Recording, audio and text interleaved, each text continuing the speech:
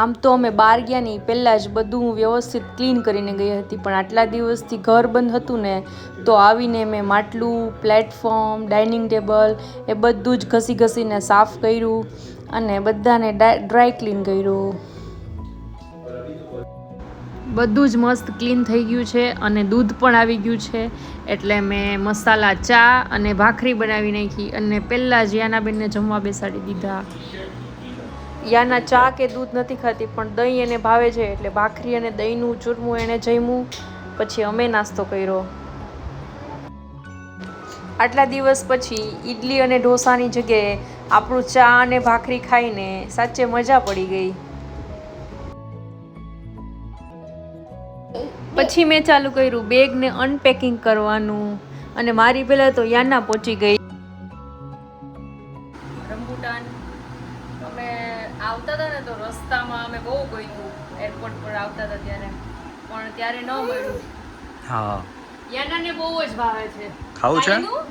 બહુ ભાવે ને, યાનુને બહુ જ ભાવે છે, એટલે અમે આ રાખશું એના માટે ફ્રીજમાં સ્ટોર કરીને. એકદમ મસ્ત. એ આ બહારથી જોવો ને તો એકદમ સાવ આવું હોય છે, ફૂલ કડક, અને અંદરથી એ લીચી જેવું નીકળે.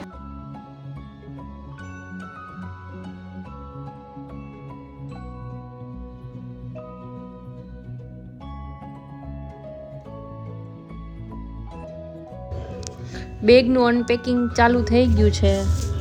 એક બાજુ મેલા કપડાં, એક બાજુ બીજી બધી વસ્તુઓ, બધું ભેગું કર્યું અને કપડાં બધા જ પલાળી દીધા છે અને ઘસી ઘસીને મશીનમાં નાખી દીધા છે અને અગાસી ઉપર સૂકવી દીધા છે.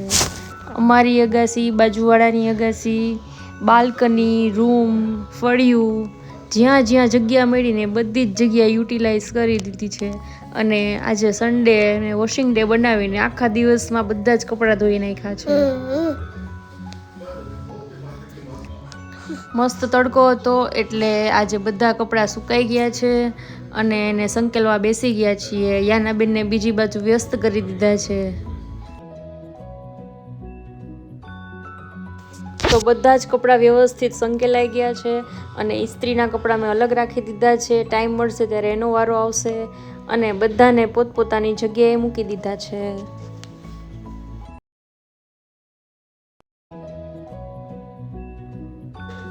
અહીંયા યાનાને લઈને બહાર આવી છું અને એ એના ફ્રેન્ડ સાથે મસ્ત રમી રહી છે.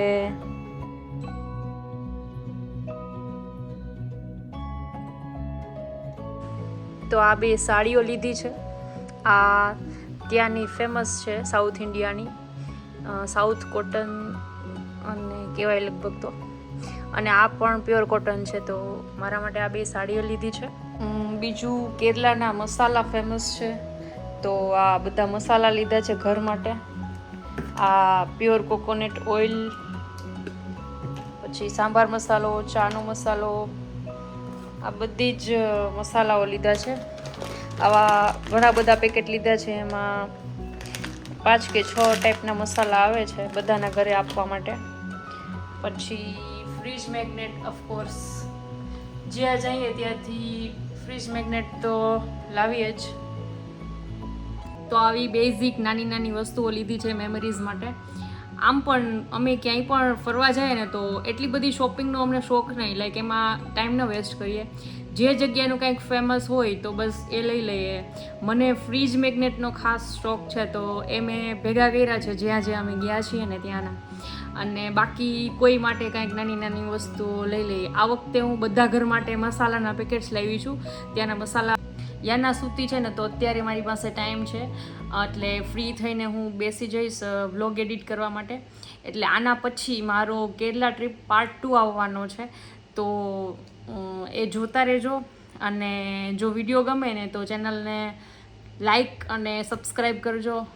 Bye bye, C you soon.